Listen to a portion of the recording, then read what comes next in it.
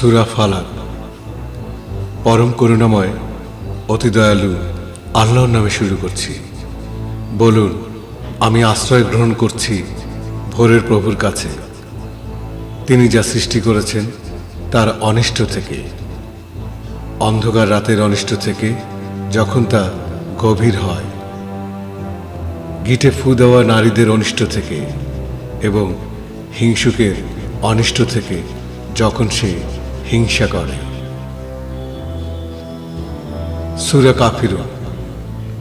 পরম করুণাময় অতি দয়ালু আল্লাহর নামে শুরু করছি।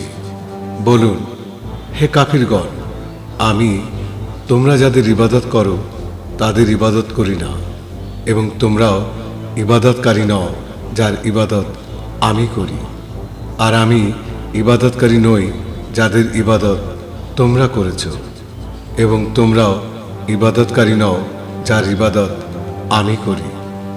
তোমাদের জন্য তোমাদের ধর্ম, আর আমার জন্য আমার ধর্ম। আমিন।